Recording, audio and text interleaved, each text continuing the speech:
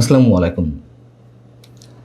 ভারত বাংলাদেশ সম্পর্ক সম্ভবত বেশ উত্তেজনাকর অবস্থায় যাচ্ছে এমনটাই দৃশ্যপটে মনে হচ্ছে। তার কারণ ইউনূস সরকার বিদায়ের পরপরই ভারত বাংলাদেশের সম্পর্ক যে তলানিতে গিয়ে পৌঁছেছিল সেটি রিবিল্ড করার ক্ষেত্রে, পুনর্নির্মাণ করার ক্ষেত্রে আমরা দেখছিলাম দুই দেশের পক্ষ থেকে একটা আন্তরিক প্রচেষ্টা। কিন্তু হঠাৎ করেই বাংলাদেশ নিঃসন্দেহে একই সঙ্গে যুক্তরাষ্ট্র এবং চীনের প্রতি ঝুঁকে পড়েছে। তার বিভিন্ন আলামতও আমাদের সামনে নিশ্চয়ই আছে। এবং অন্যদিকে আমাদের সরকারের দায়িত্বশীলদের পক্ষ থেকে যে একের পর এক ভারতকে আক্রমণ করে দেওয়া নানান ধরনের বক্তব্য, এবং ভারতে পশ্চিমবঙ্গের শুভেন্দু সরকার বা বিজেপি সরকার আসার পরপরই ভারত বাংলাদেশ সীমান্তে যেই সব অংশে কাঁটাতারে বেড়া নেই তা খুব দ্রুত নির্মাণের জন্য যে নির্দেশ দেওয়া হয়েছে, এগুলোকে কেন্দ্র করে পাল্টা রিয়াকশন আমাদের পক্ষ থেকে দেয়া হচ্ছে। দুদিন আগেই আমাদের পররাষ্ট্র প্রতিমন্ত্রী বললেন যে সেই দিন আর নেই, ভারত কিছু করলে বাংলাদেশ বসে থাকবে এমনটা ভাবার সুযোগ নেই। মির্জা ফখরুল ইসলাম আলমগীর আবার শনিবার মন্তব্য করলেন যে ভারতের সঙ্গে যে সুসম্পর্ক স্থাপিত হওয়ার সুযোগ এসেছে সেটি নির্ভর করবে ফারাক্কা বা গঙ্গা চুক্তির সম্পাদনের মধ্য দিয়ে। কিন্তু খেয়াল করার বিষয়, মির্জা ফখরুল ইসলাম আলমগীর কিন্তু তিস্তা চুক্তি নিয়ে কোনো কিছু বলেননি, যেটি এই মুহূর্তে সবচেয়ে আলোচিত বিষয়। কেন বলেননি? এবং অবশ্যই আমাদের মন্ত্রীরা যে ভাষায় ভারতকে উদ্দেশ্য করে কথা বলছেন আমরা সেটিকে স্বাগত জানাই, কোনো সন্দেহ নেই। কিন্তু চোখে চোখ রেখে কথা বলতে হলে অবশ্যই আমাদেরকে সবার চোখে চোখ রেখে কথা বলতে হবে। কারো কারোর প্রতি আমাদের নতজানতা প্রদর্শন করব, কারো কারোর প্রতি আমাদের দুর্বল পররাষ্ট্রনীতির সব কিছু খুলাসা করে ফেলব, আবার কাউকে কাউকে চোখ রাঙানি দেব, এইভাবে নিশ্চয়ই হওয়ার কথা নয়, বা আমাদের পররাষ্ট্রনীতিও নিশ্চয়ই সেটি বলে না। তো যেটি বলছিলাম যে তিস্তা চুক্তি নিয়ে কেন কিছু বলা হয়নি মির্জা ফখরুল ইসলাম আলমগীরের পক্ষ থেকে। গত সপ্তাহে আমাদের পররাষ্ট্রমন্ত্রী ডক্টর খলিলুর রহমান চীন সফরে গেলেন, সেখান থেকে যুক্তরাষ্ট্র সফরে গেলেন।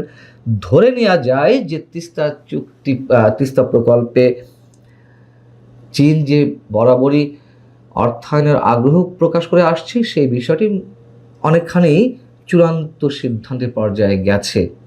কিন্তু কথা হচ্ছে, চীনও কি এই প্রকল্পে অর্থায়ন করবে এমন সন্দেহ অনেকের মধ্যে রয়েছে। তার কারণ বাংলাদেশ যেভাবে ক্রমশ যুক্তরাষ্ট্রের পেটের মধ্যে ঢুকে যাচ্ছে, যুক্তরাষ্ট্রের বলয়ের মধ্যে ঢুকে যাচ্ছে, নিশ্চয়ই সে বিষয়টিও চীন খুব ভালোভাবে নেবে না।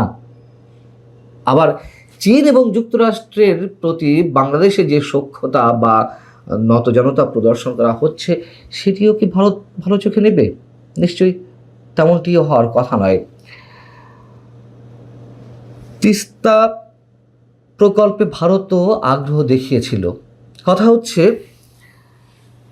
অবশ্যই এক্ষেত্রে মানে দুটি দেশ যদি অর্থায়ন করতে চায় সেক্ষেত্রে ভারতেরই অগ্রাধিকার বেশি। তার কারণ যেই প্রকল্পে এই অর্থায়ন নিয়ে কথাবার্তা হচ্ছে সেটি ভারতের চিকেন স্নেকের কাছেই, অতএব তার নিরাপত্তার স্বার্থে তাকে কিছুটা অগ্রাধিকার দিতেই হবে। সেই জায়গা থেকে প্রশ্ন, আমাদের সরকার কি ভারতকে বিষয়টি মনে করিয়ে দিয়েছে? ভারত তো এমনিতেই তিস্তা চুক্তি করছে না বা করবে না, যতই মমতা থাক আর শুভেন্দু আসুক বা মমতা না থাক, তিস্তার পানি ভারত দেবে না, এটুকু আমরা স্পষ্ট করে বলতে পারি। তাহলে ভারত যখন দেবে না আমরাও তো বসে থাকবো না। কিন্তু ওই প্রকল্পে অর্থায়নের জন্য কি আমরা নতুন করে ভারতকে বিষয়টি মনে করিয়ে দিয়েছি যে ঠিক আছে তোমরা অর্থায়ন করো? যদি বিষয়টি এমন হয় যে ইচ্ছাকৃতভাবে যুক্তরাষ্ট্র কিংবা চীনের প্রতি অতিমাত্রায় নির্ভরশীলতা জায়গা থেকে ভারতকে বুড়ো আঙুল দেখানোর প্রচেষ্টা হয়ে থাকে, সেক্ষেত্রে নিশ্চয়ই দুই প্রতিবেশী রাষ্ট্র যদি একটা চরম অস্বস্তিকর অবস্থায় পৌঁছায়, নিশ্চয়ই আমাদের ভালো থাকার কথা নয়। এদিকে আবার আরেকটি বিষয় মনে করিয়ে দিই, মির্জা ফখরুল ইসলাম আলমগীর ঠিকই গঙ্গা চুক্তির কথা বললেন, তিস্তা চুক্তির কথা উল্লেখ করলেন না। আবার তিনি একটি খুব হাস্যকর মন্তব্য করেছেন, সেটি হচ্ছে বাংলাদেশের স্বার্থ বিনষ্ট করে আমরা কখনোই কোনো চুক্তি কাউকে করতে দেব না, এ ব্যাপারে আপনারা নিশ্চিত থাকতে পারেন। না, আমরা মোটেই নিশ্চিত থাকতে পারছি না, বরং স্পষ্টত এর উল্টোটাই ঘটছে। কথিত মার্কিন বাণিজ্য চুক্তি নিয়ে যা কিছু হচ্ছে, যা কিছু আমরা জানতে পারছি, এবং সেই সব জায়গা থেকে যত ধরনের বিরোধিতা, মার্কিন বাণিজ্য চুক্তি বাতিলের যত দাবি, সব কিছুকে উপেক্ষা করে সেই চুক্তি বাস্তবায়নের কাজ একের পর এক বিএনপি সরকার এগিয়ে নিয়ে যাচ্ছে। আমরা বোয়িং কেনার চুক্তি সম্পাদন হতে দেখলাম, তারপরে জ্বালানির ক্ষেত্রে আমরা সমঝোতা স্মারকের স্বাক্ষর হতে দেখলাম। এখন যেটা শোনা যাচ্ছে নতুন করে যে বাংলাদেশের সমুদ্র এবং বিমান ঘাঁটি যুক্তরাষ্ট্রের সামরিক কাজে ব্যবহারের জন্য উন্মুক্ত করে দেওয়া হতে পারে, এমন একটি গুঞ্জন গত দুদিন ধরে শোনা যাচ্ছে। ইউক্রেন থেকে শুরু করে ভারত, বিভিন্ন দেশের গণমাধ্যমে এই বিষয়টি উঠে এসেছে এবং বেশ আলোচনায় স্থান করে নিয়েছে এই বিষয়টি, এবং এটিকে কেন্দ্র করে নতুন ভূ রাজনৈতিক সমীকরণ মেলানোর চেষ্টা করছেন অনেকে। কথিত মার্কিন বাণিজ্য চুক্তির মধ্য দিয়েই বাণিজ্য এবং প্রতিরক্ষা সমঝোতা বাংলাদেশকে যুক্তরাষ্ট্রের বলয়ের মধ্যে নিয়ে যাচ্ছে, পেরের মধ্যে ঢুকিয়ে ফেলা হচ্ছে, একথা আগেই বলেছি। নতুন করে যেটি জানা যাচ্ছে যে general security of military information agreement বা জিসোমিয়া এমন একটি চুক্তি, একই সঙ্গে acquisition and cross service agreement ACSA, এই দুটি চুক্তি করার বিষয়ে আমরা জানি যুক্তরাষ্ট্র পক্ষ থেকে গত বেশ কয়েক বছর ধরে বাংলাদেশ সরকারের উপর চাপ দেওয়া হচ্ছে। আওয়ামী লীগ সরকার ক্ষমতায় থাকতেই 4 বছর থেকে 5 বছর ধরে নানান ধরনের চাপ প্রয়োগ করা হচ্ছিল। 24-এর নির্বাচনের আগে আমাদের তৎকালীন পররাষ্ট্রমন্ত্রী আবুল মোমেন সাহেব বললেন যে নির্বাচনের আগে কোনো ধরনের চুক্তি হচ্ছে না এই পর্যায়ে, এবং তারপরে তো আমরা সব কিছু জানি 24-এর নির্বাচনের পরপরই। অতএব সেই চুক্তি এখন করার জন্য আবার নতুন করে তোড়জোড় শুরু হয়েছে যুক্তরাষ্ট্রের পক্ষ থেকে। এখন জিসোমিয়া কি? জিসোমিয়া হচ্ছে এমন একটি চুক্তি যাদের সাথে যুক্তরাষ্ট্রের এই ধরনের সমঝোতার মাধ্যমে সংবেদনশীল এবং গোপনীয় সামরিক গোয়েন্দা তথ্য এক রাষ্ট্র আর এক রাষ্ট্রকে আদান প্রদান করতে পারবে। আর ACSA, acquisition and cross servicing agreement, এটা কি?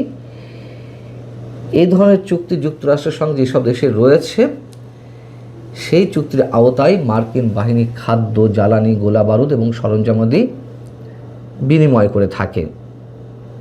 এখন মার্কিন বাণিজ্য চুক্তির মধ্যে রয়েছে যে জ্বালানি থেকে শুরু করে শাকসবজি পর্যন্ত বাংলাদেশ